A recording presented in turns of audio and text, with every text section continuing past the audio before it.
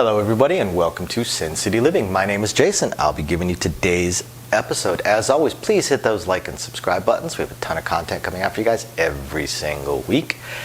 And our usual shout out of appreciation to our patrons. All those tips and support means so much to us. We're only going to use it to make the channel better and add more games. We do hope you guys are enjoying those patron exclusive videos we're putting out for you guys every single week. If you have anything particular you want to see, just email us on that site.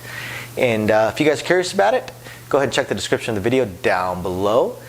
And if anybody has anything they would like to see us film, a strategy, a question, anything, casino related, Vegas related, game related, whatever, just email us at sincityliving.lv@gmail.com. Otherwise, I'm going to go ahead and jump right into today's video.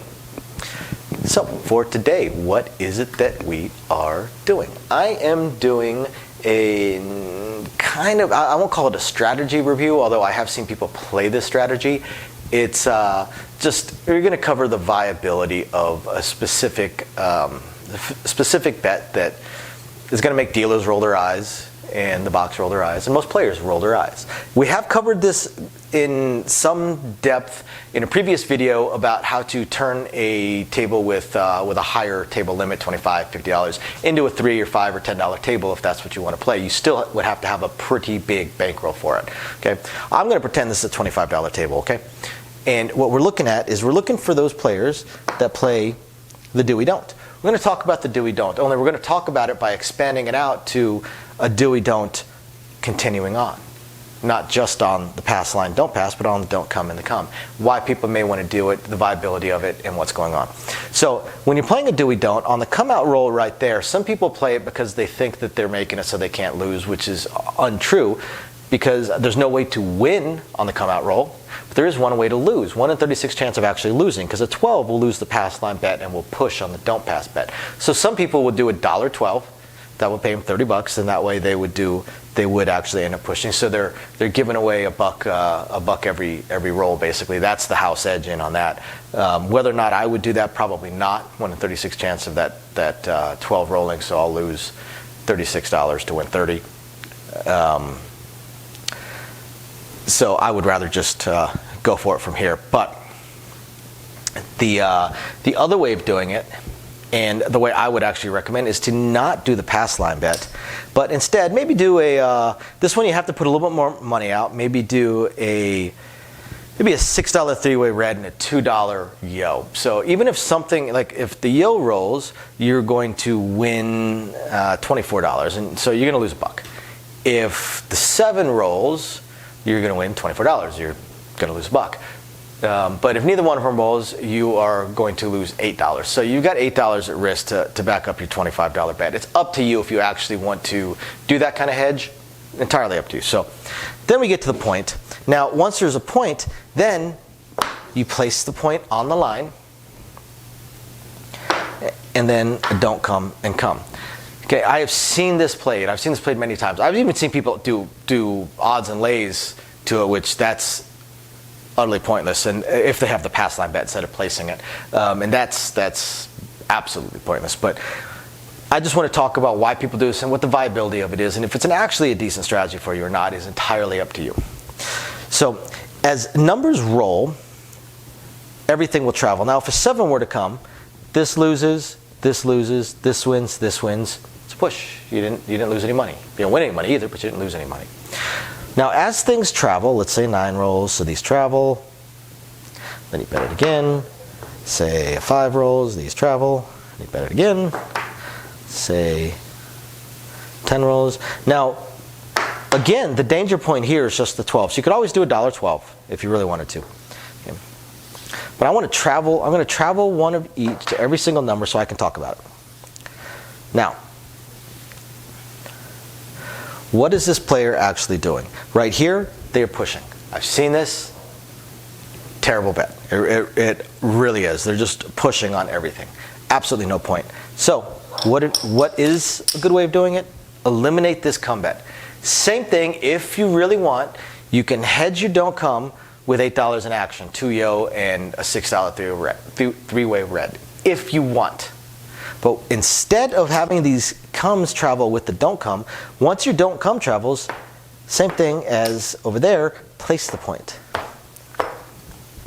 Now this setup is stronger than the setup with just the come bets.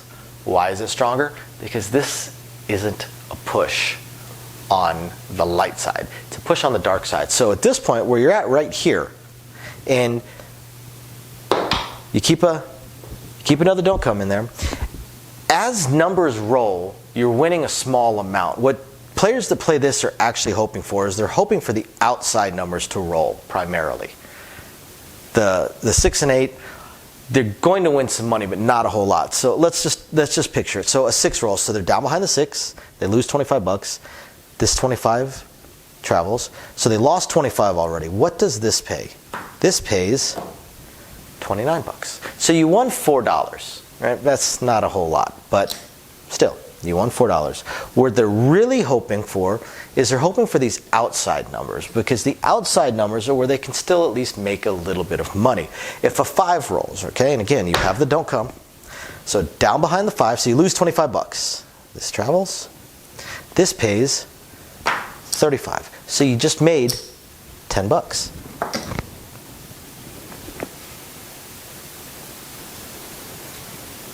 Now, we look at what if a 4 or a 10 were to roll. So, down behind, you lose 25, but you win 49. So you actually won $24. You won $24 on this. And this is the point where you might even, because you're up $24, you might even take one of your don'ts down. You know, maybe the 6 or something like that. Take it down, because you're up 24 bucks already. So you take it down, and even if a 7 comes out right away, you really didn't lose anything. You lost a buck. So what you're hoping for is you're hoping to have these outside numbers hit that will take care of what lost and pay you a little bit. And if a 7 comes, you're a push. You lose all your light side bets, but you win all your dark side bets are the exact same dollar amount that you lost, so that you end up pushing on what you had at risk. This type of player is actually still hoping for a long roll, because they want their don'ts to lose so that they can get paid anywhere between $4 to $10 to $24. Now the thing is, once you're up 25 bucks, take one of your don'ts down. And again, I would take the 6 down to start with, because it's the most common number. So now instead of winning $4, you're going to win $29 if it rolls. If a 7 comes, well, you're already up over 25 bucks. So again, you kind of still push. You're just hoping that this can continue, so that you, instead of making $4, you can build it up to where you're making $20-something, $30-something. Because as you keep winning, let's say the next time a 6 rolls, you won 29 bucks. Go ahead and take, say, the 9 down on your don't, because you won more than this is going to get. So you take your green one back, and you just keep it going from there. As something hits, take another don't down, till eventually you just have the inside. And at a certain point, of course, you're going to fix your 6 and keep taking as things hit. As you collect at least $24 or more, even if it takes 2 or 3 hits of, say, a couple of, 2 5s and a 6. Okay, you collected 24 bucks. Now maybe take one of the don'ts down. If a 10 rolls, now you've collected 24. Take one of them down. As you build up, every time you're up about 25 bucks, take one of your don'ts down, so that your wins start getting a little bit bigger, but you're still in the push zone. Okay. Plus, once you take one of them down, you actually kind of sort of in a way won $25 as well, or at least added it back into your bankroll. I'm really not going to speak for whether or not this is a fantastic system or super strong, viable system.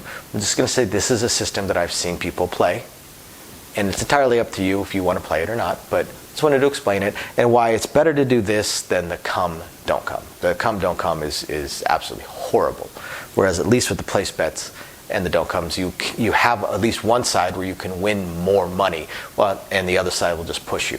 When you have the come and don't come, you're just a push on both sides, which then at that point you're just spinning your wheels, and you probably have a $1 average bet in the computer system if you're being rated, because you're basically playing for no money, and it doesn't let us put a 0 in for you.